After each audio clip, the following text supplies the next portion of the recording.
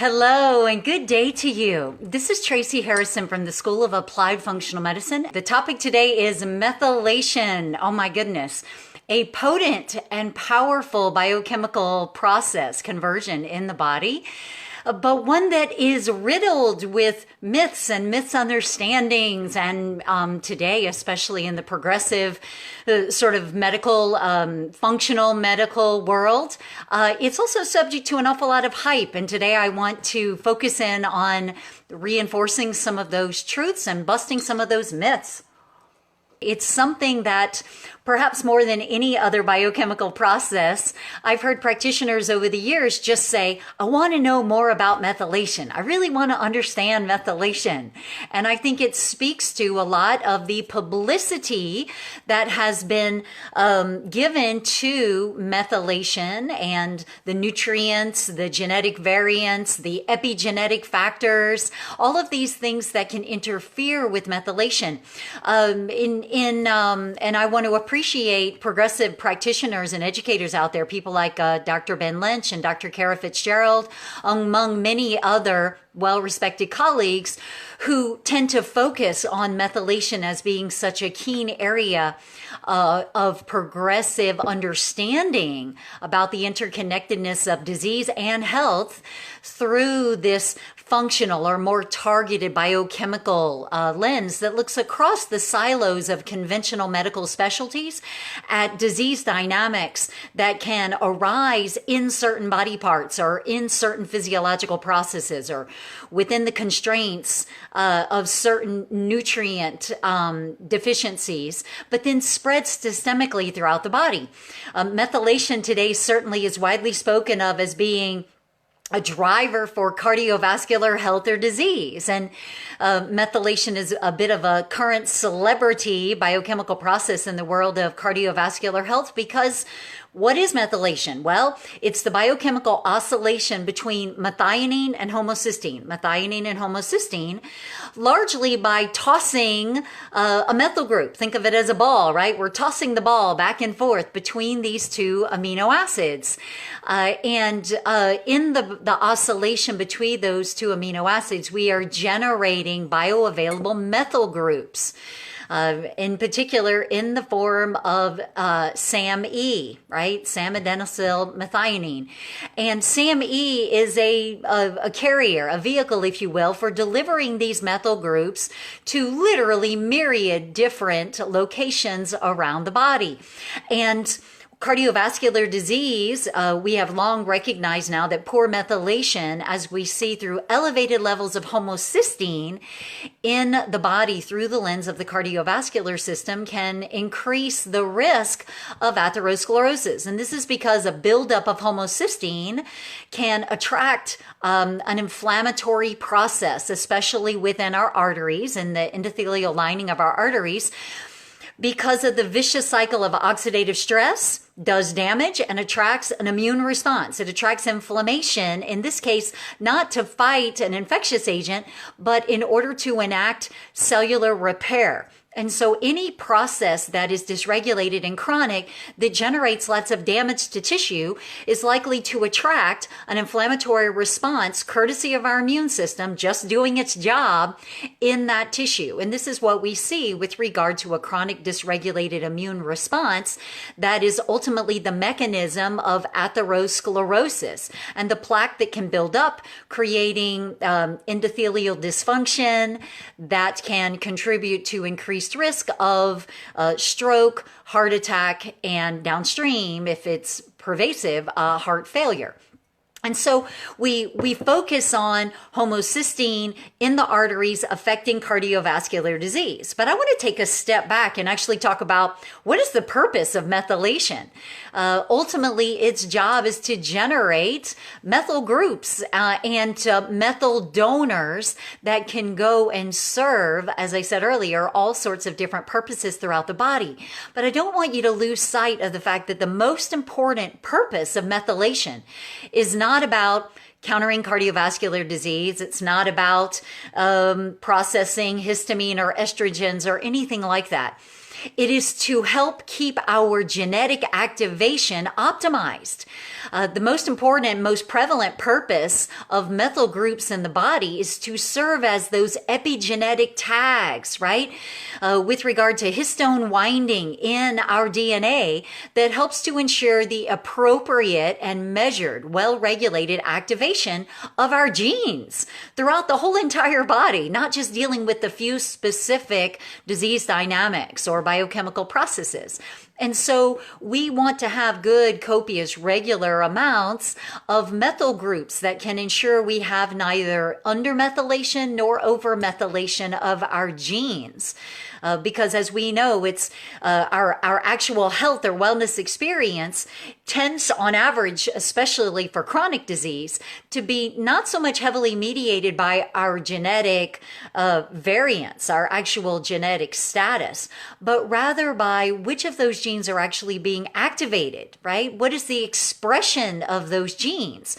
And we know now through the now broad-based study of epigenetics that there are so many different epi meaning above the genome, right?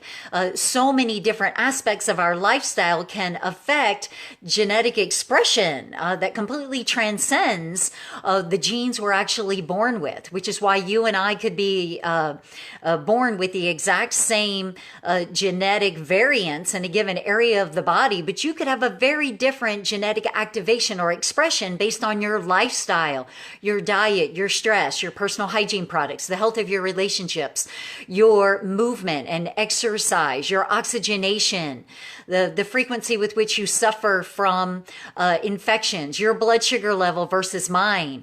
The functional medicine lens makes very clear that you can't ever hone in and just zero in with blinders on to assess a given genetic expression, because genetic presence, because just because that gene is there doesn't tell you anything about the degree to which it is being activated or not, which is one of the most common pitfalls of just measuring genes, right? Doing SNP tests and thinking that that data alone is going to allow you to optimally support a given individual in ensuring that their biochemical pathways are working optimally. It's not enough. Genetic data can be really valuable, but it's not enough. I'll come back to that topic in just a moment.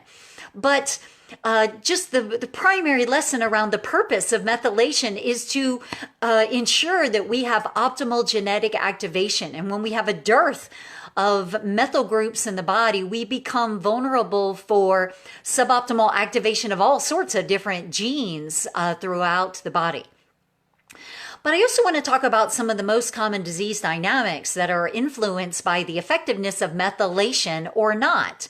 As I mentioned earlier, you can most easily, I think, describe methylation as being this oscillation biochemically between methionine and homocysteine that's tossing around a methyl group and getting it ultimately into the hands of our most prevalent methyl donor in the body, which is SAMe. But in the process of this conversion and this generation of methyl groups, this goes way beyond the risk of having a buildup of homocysteine, which can have a specific potentially pro-inflammatory response in our cardiovascular system. But there are other places where methylation is essential that you might not necessarily think about that. And in my experience clinically, I actually think two of the much more concerning ones have to do with sex hormones and stress hormones. In both men and women's bodies, but certainly women's bodies in particular, we want to make sure that estrogen, a very potent sex hormone, is available and having good optimal systemic effects.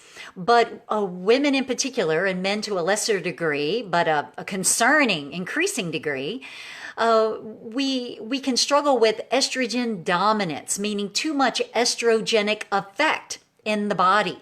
And this goes well beyond just the levels of estrogens, because the ovaries produce estrogen, men produce estrogen also with regard to the aromatase conversion of testosterone. But when women, for example, struggle with classic symptoms of estrogen dominance, such as really debilitating premenstrual symptoms or really heavy menstrual bleeding, especially very symptomatic menstrual cycles, and they may have heavy menstrual bleeding or even clotty periods, this type of thing, we know that that is less often about ovaries gone wild and generating too much estrogen. It's more often about blockages or imbalances in estrogen metabolism and clearance.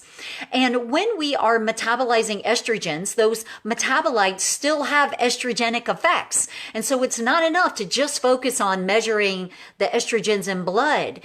We have to go downstream and look at the metabolite levels that, for example, show up in urine, and where is there an imbalance in those.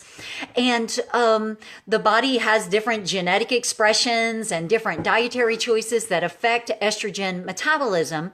But methylation is particularly important because once we develop hydroxy metabolites of estrogens, if we want to have good balanced estrogen function, and in particular reduce the risk of estrogen-mediated cancers like breast cancer, we must make sure that hydroxy estrogens are optimally converted into methoxy metabolites, those secondary metabolites. And as the name implies, methoxy is the methylation of those hydroxy metabolites. And yes, we must methylate well in order to make sure that happens. Methoxy estrogen metabolites have less estrogenic effects and also are less carcinogenic. And so this is an important mechanism and another great example of why having good optimal steady state methylation capability in the body is key.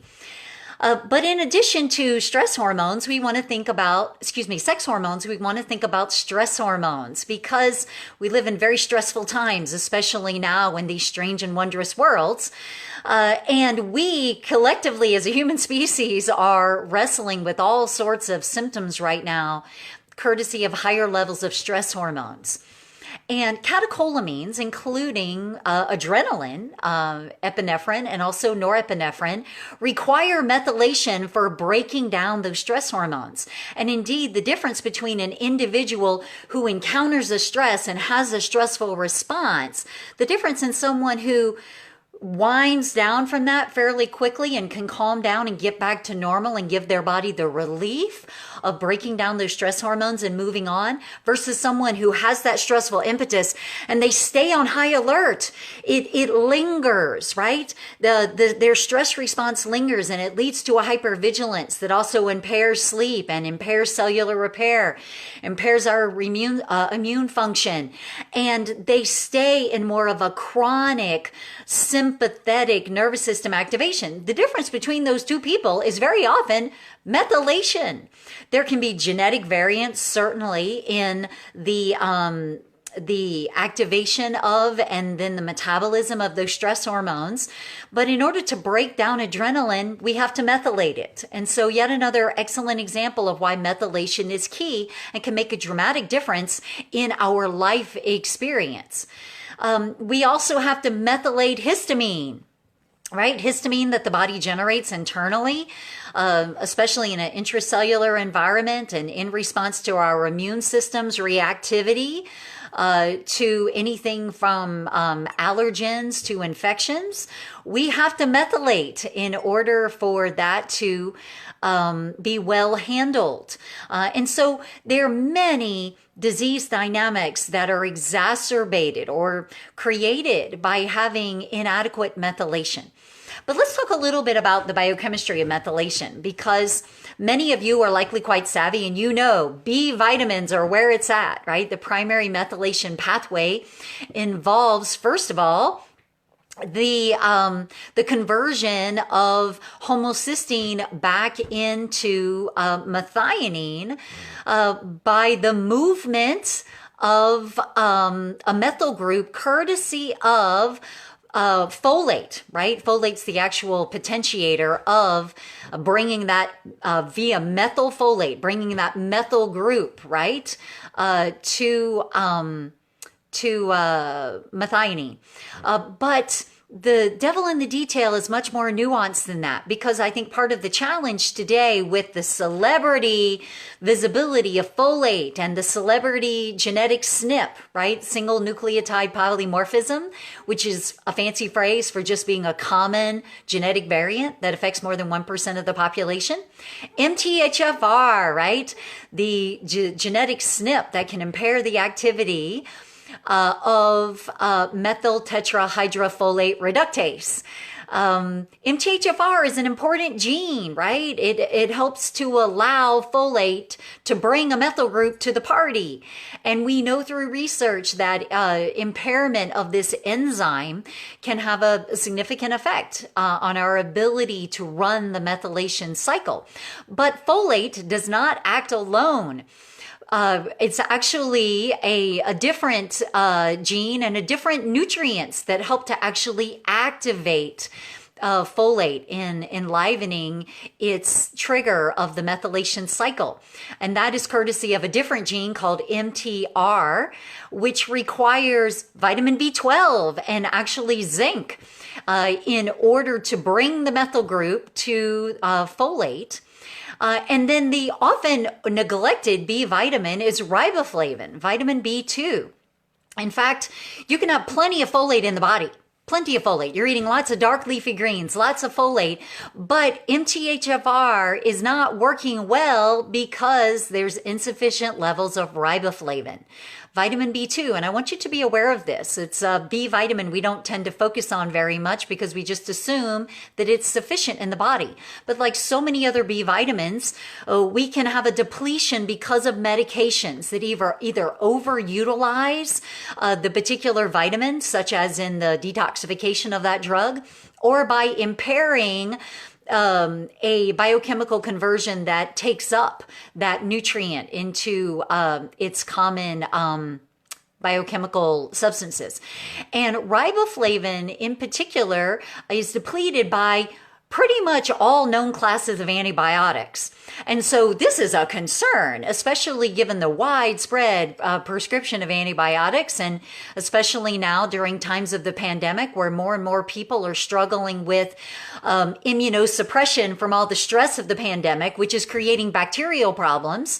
And so while the media is very focused on viruses, a lot of people are developing challenges with regard to bacterial infections because of immunosuppressive effects, whether that be from stress or from eating a lot of crap food that's not very nutrient replete.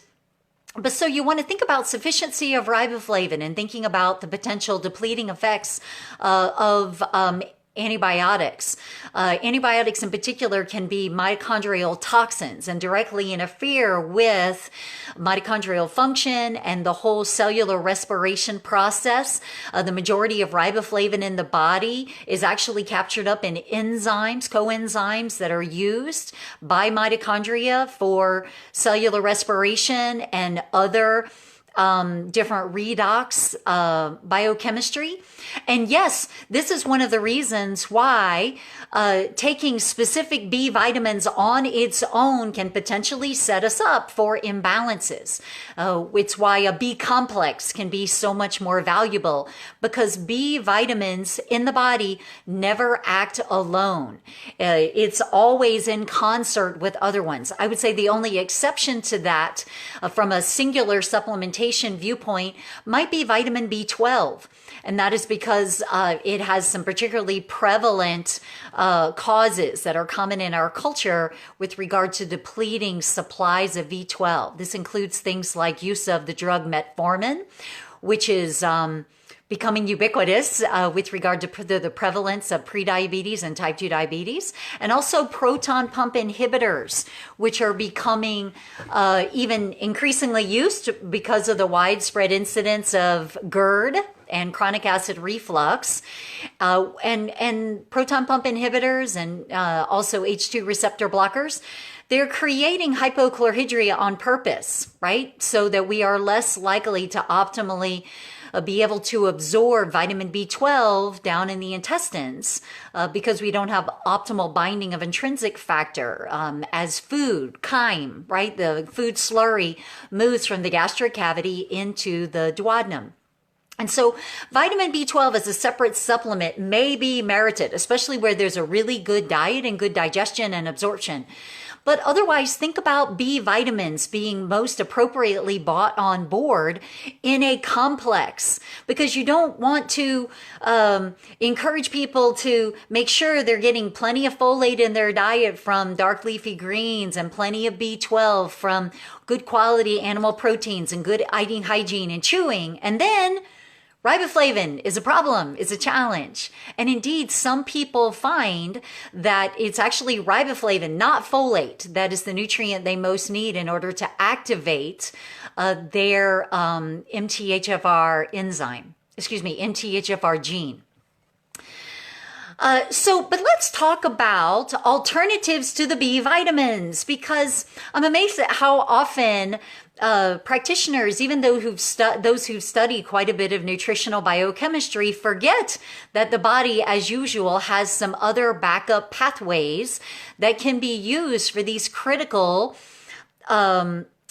processes when there's an insufficiency of key nutrients. Because when we don't have enough B vitamins, the body doesn't roll over and die, right? You can begin to suffer for sure, whether it's from estrogen dominance or excessive effects of stress or histamine overload.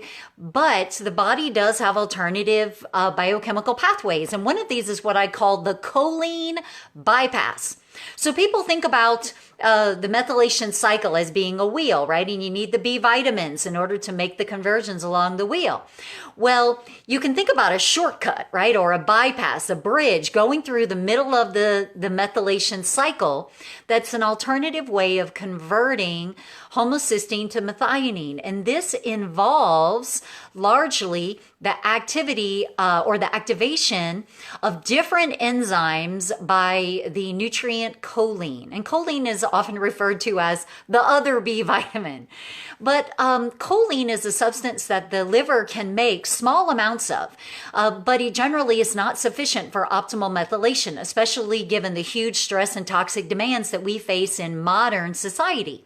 And so ensuring optimal levels of choline in the diet is key, because when methylation demands surge, I think ideally don't just want to rely on our methylation cycle and on our B vitamins. We want to make sure we've got plenty of choline. Choline actually allows the more overt conversion of homocysteine to methionine, because choline brings a methyl group to the party.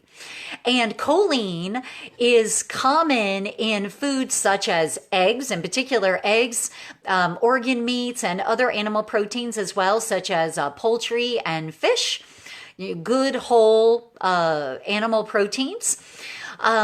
But also in the vegan diet, I think I want to mention this because in the vegetarian, especially if eggs aren't involved, or in the vegan diet, it's particularly essential that choline is a targeted dietary choice.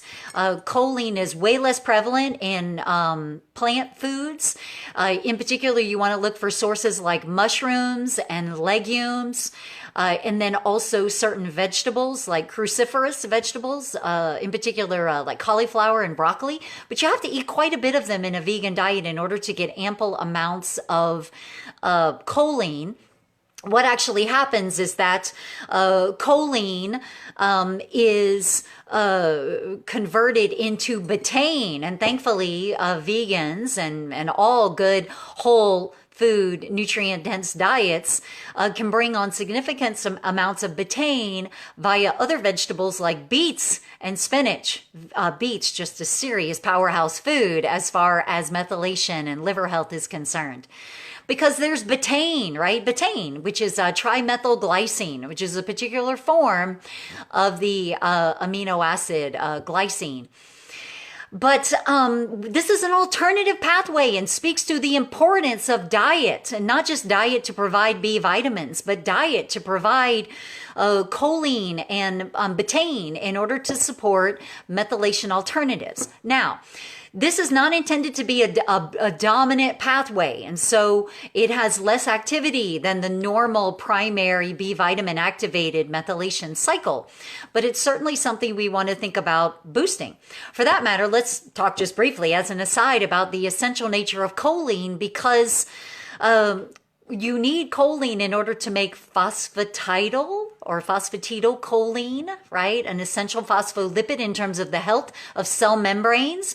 You can't really repair or make a new cell membrane without it. And then also acetylcholine, which is a neurotransmitter, really essential with regard to neurotransmission. It's an a particularly important neurotransmitter with regard to parasympathetic activation via the vagus nerve, right? Really key for everything from breathing to heartbeats and blood pressure to all digestive functions. And so we must make sure that we're getting plenty of choline in our diet. But another little side point, when I talk about betaine, some of you may have a question. You may think, wait a minute, betaine, I've heard of betaine before. Well, when we talk about the importance of digestion and the widespread incidence of suboptimal stomach acid, which impairs digestion, supplementing with hydrochloric betaine. You can also boost stomach acid with other things like lemon juice or apple cider vinegar, right, which are milder ways of doing it. But some of your patients are going to have larger issues with hypochlorhydria and can really benefit from more overtly supplementing with a hydrochloric acid precursor that comes with betaine as a carrier. So when you see hydrochloric betaine, yes, that is hydrochloric attached to a betaine molecule. And so when you think about taking that, betaine, you would not want to overtly supplement with that if it isn't necessary to increase acidity of the stomach, because too much added acidity is going to give people symptoms of excess acidity and can potentially contribute to gastritis and erosive activity in the gastric lining, especially if a person is under a lot of stress or using NSAID drugs. So we don't want to think about using that unless that is a win-win for a person who does need stomach acid support. But I just want to make the connection that, yes, you've heard of betaine before, but we want to think about betaine as being a nutrient from foods and ensuring that we get plenty of levels of these good, whole, natural vegetables in particular, so that we get some of these key nutrients like betaine. So remember, there is an alternative pathway. There is a backup, right, that we can lean on during times of excessive dependence on the methylation cycle. And I want to talk about that for a moment, because we need methylation not only to generate methyl groups, but we actually need methylation to generate homocysteine, because homocysteine is not an evil thing. Just like cholesterol is not evil, right? We need cholesterol. It's part of the makeup of every cell membrane that gives cell membranes its form. We don't want to have too much, but we also don't want to have too little. We need homocysteine because it is the starting point, right, of the downstream sulfation pathway that allows us to make glutathione. We have to have homocysteine in order to use the CBS gene in order to make cysteine, and then cysteine combines with other amino acids and using some different genes that need zinc and selenium in particular in order to make glutathione. Glutathione, the most important intracellular antioxidant. And if you want to be able to have good intracellular repair and antioxidant function and keeping your mitochondria healthy so that you have good energy and good, just good functioning of all tissues, making sure that your nuclear material, your genome, is protected from pro-oxidant effects so that cancer is kept under control, these kinds of things. You want to be a champion producer of glutathione, which means, yeah, you need some homocysteine, right? You don't want to have a sort of sluggish, limp methylation process. You do need homocysteine as a precursor. You just don't want it to build up. And this is where vitamin B6 comes into play. You need vitamin B6 in order to not only recycle homocysteine to keep spinning off methyl groups, but also to drive some of that homocysteine downstream to isolate the cysteine in order to make glutathione. And vitamin B6 is essential, not just once, but in a couple of places in order to synthesize glutathione. We're actually increasingly understanding that a major contributor to intracellular mediated disease like mitochondrial dysfunction and cancer is about not having enough glutathione. And so we have to methylate to do that. We need good optimal levels of B6. And then we also need, in particular, glycine. Glycine, an amino acid that's actually less prevalent in animal foods, more prevalent in plant-based proteins, which speaks to the importance of having a good, rich, diverse diet that brings in a variety of nutrients. For a long time, we thought that when people struggled with making optimal levels of glutathione, it would be primarily because they needed more cysteine, right? They need more NAC. You need more animal foods. Take NAC as a supplement. Okay, maybe. What we're actually learning is that often actually cysteine is not the limiter, but glutathione can be rate limited by inadequate levels of glycine. Glycine is, again, more prevalent in animal-based proteins. Plant-based proteins, but you can get it from, in particular, collagen and foods that are high in collagen, like bone broths. You can supplement with free glycine. It's cheap and you can get a big bottle of it. And a great way for people to supplement with it is to put a teaspoon of it into a cup of herbal tea. It actually tastes quite a bit like sugar and it readily dissolves in both hot and cold liquids. But this helps to ensure, especially if people don't have a very diverse diet, or maybe they can't eat a lot of different foods because of other upstream limitations. But ensuring that there's enough glycine. This is where things like bone broth can be a really wonderful regular addition to people's diets. If people struggle with eating healthy foods, using a collagen as a supplemental ingredient added to sauces or food preparations or in a smoothie, right? Stirred into yogurt, this type of thing. But glycine is a super cheap and easy thing to supplement with overtly as well. So just food for thought, right? Again, NAC is a celebrity supplement, but especially for people who are consuming plenty of animal proteins, cysteine may not be a limiter at all. And it may be more about bringing enough glycine to the party. Sure, you can definitely supplement with too much glycine. You can supplement with too much of anything, including water. So for a person who consumes, 4 ounces of animal protein once or twice a day, and you're trying to make sure you're balancing out with that, 4 to 8 grams of glycine a day can be a good addition to that. In terms of, so we don't want to think about, consuming dozens of grams of glycine because we can overload the imbalance across all of the amino acids, right? So just a little clinical tip on an easy way to supplement with it and something that can become quite supportive. In the brain, glycine actually functions a bit like an inhibitory neurotransmitter. And so thinking about, a nice cup of herbal tea, holy basil or lemon balm or nighty-night bedtime tea, right, with a spoonful of glycine can be a nice relaxing ritual at night. I've had some clients finally choose to stop drinking alcohol at night because they finally accepted how much it's wrecking their sleep because of glutamate rebound about 3 or 4 hours after they go to bed.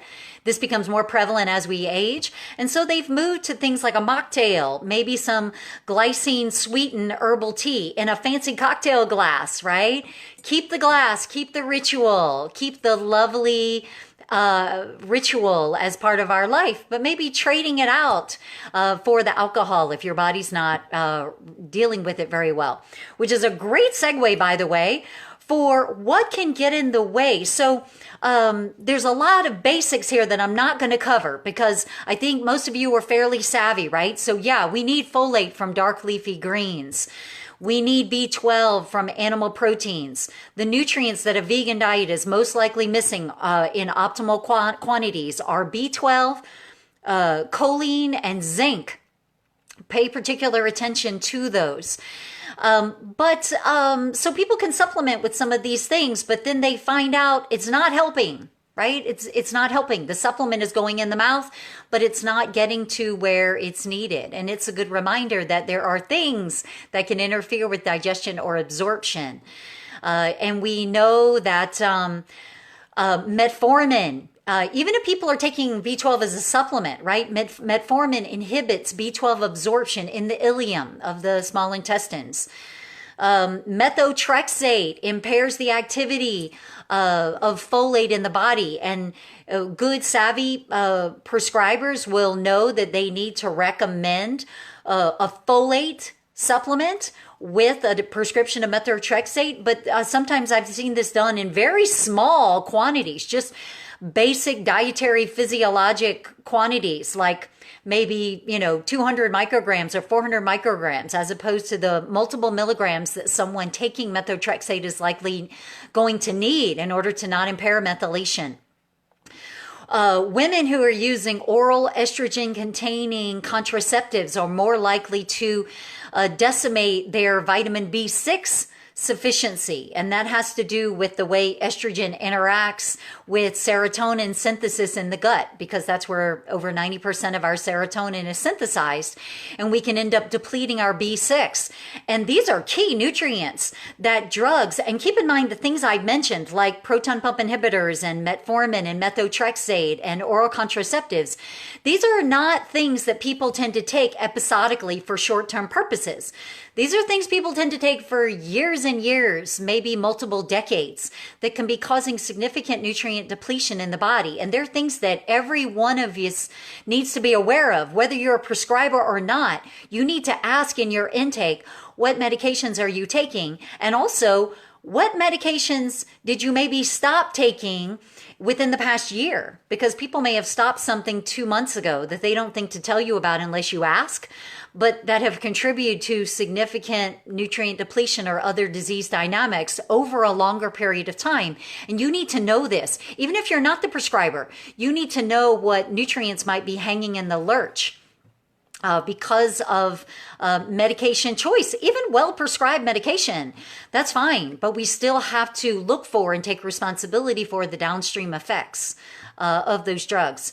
But I want to talk about alcohol, because alcohol can really pack a wallop on nutrient absorption, right? Alcohol in small amounts, we know, can calm stress hormones and can actually reduce the risk of all sorts of different disease dynamics.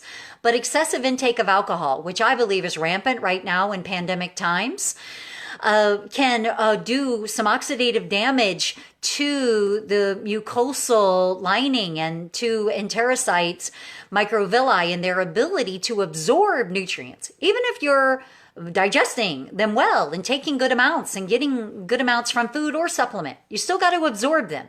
A good reminder that nutrition is not just about what you eat. It's about what you intake, digest, absorb, convert to final forms, and get past the cell membrane, which is a much higher hurdle for nutrition. And so excessive alcohol can do some wear and tear on the gut lining. For that matter, dysbiosis, all sorts of different microbial imbalances, especially those that happen in the small intestines. Things like SIBO, right? Or EMO, right? Where we have a methanogen overgrowth in the small intestine, or maybe small intestinal fungal overgrowth. In the small intestines, where the vast majority of nutrient absorption takes place, there can be wear and tear. And this is a good reminder that starting with the gut is always good guidance clinically when you're looking at what upstream dynamics might be causing what my patient is wrestling with downstream. And they're never going to get better and stay better unless you go upstream and get very savvy at assessing what is at play in a unique individual and addressing the root causes in a sustainable way. So be on the look for alcohol, right? Intake. Be on the look for bad eating hygiene, right? Poor chewing. Maybe dysmotility because of subclinical hypothyroid function. Maybe dysmotility because of too much stress, which naturally impairs the mucosal, impairs parasympathetic transmission, right? Which we need in order to have optimal nutrient digestion and absorption. And so we want to be on the lookout of these things. A lot of these topics are good reminders that small amounts of challenge, right? A small amount of stress, a small amount of alcohol.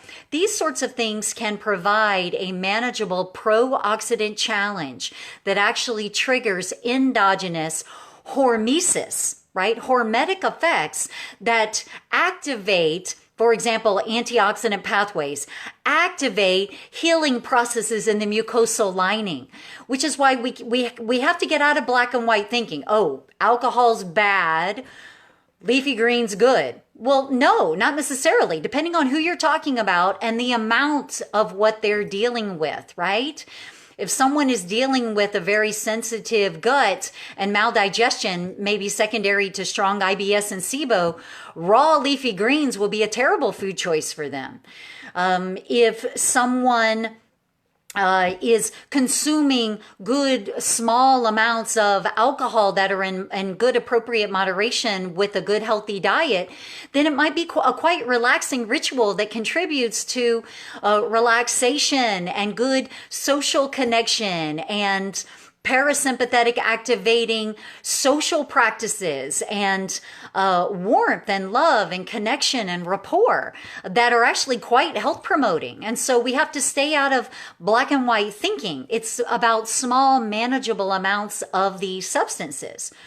But for example, if a person just had COVID and they had the more a version of it that really affected their GI tract, which probably decimated their mucosal lining and did a lot of wear and tear on their enterocytes and created enhanced intestinal permeability, alcohol is a bad thing, even in tiny amounts, because their gut is already decimated and vulnerable. So again, bioindividuality, I would recommend no alcohol at all for at least 6 weeks. At least in order to allow the gut lining to heal, and in particular, to allow restoration of brush border enzyme synthesis like diamine oxidase, which is a key enzyme for breaking down histamine in the gut, because DAO competes with the enzyme that metabolizes alcohol. Definitely not something we want to be in competition while your gut lining is trying to heal. This is the type of keen case-specific wisdom that I want all healthcare practitioners to learn to master so that you get out from under black and white thinking. You get out from under being a slave to protocols. You pick up the authentic capability and confidence, good, authentic confidence that you don't need a protocol because you know how to assess the unique individual in front of you and customize something that they need for their unique, not only unique body, but the current circumstances.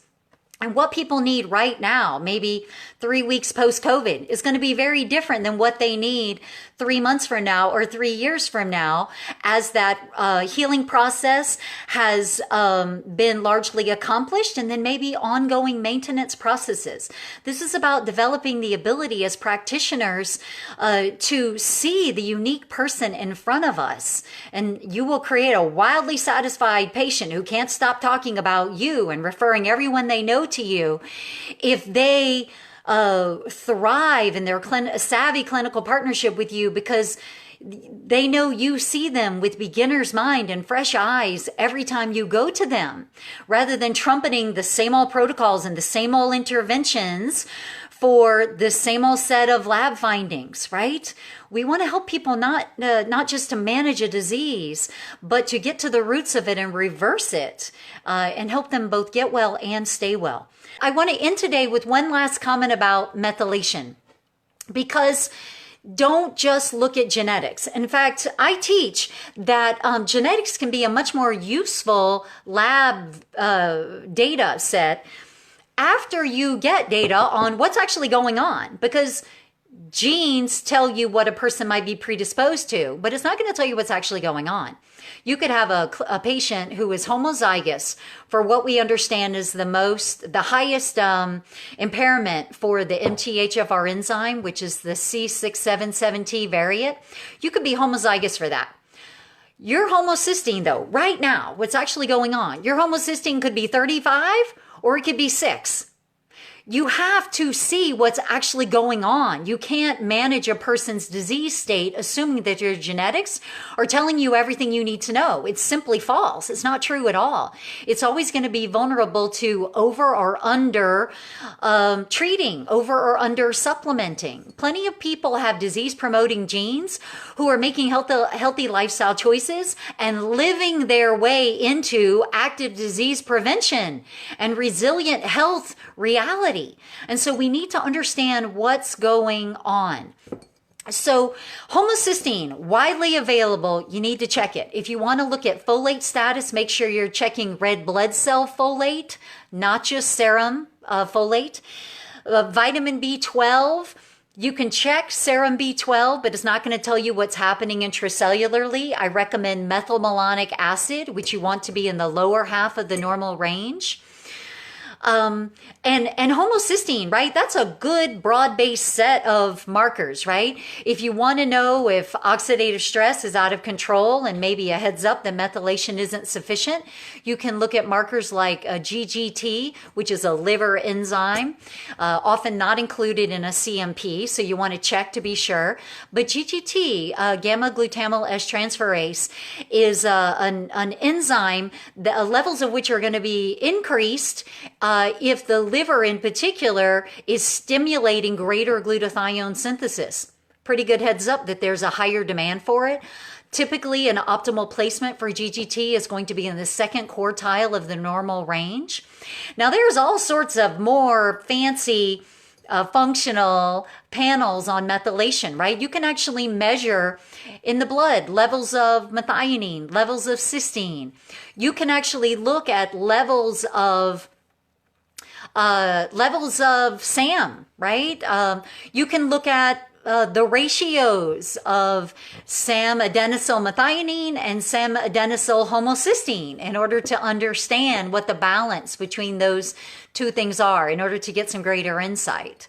Other markers of oxidative stress are really high HDL, which tends to become dysfunctional in an environment of excessive oxidative stress, right? So we want to cast a broad net in thinking about how can we maximally use everyday blood markers or readily accessible blood markers for understanding more about methylation. And so those are some of the things that you want to think about.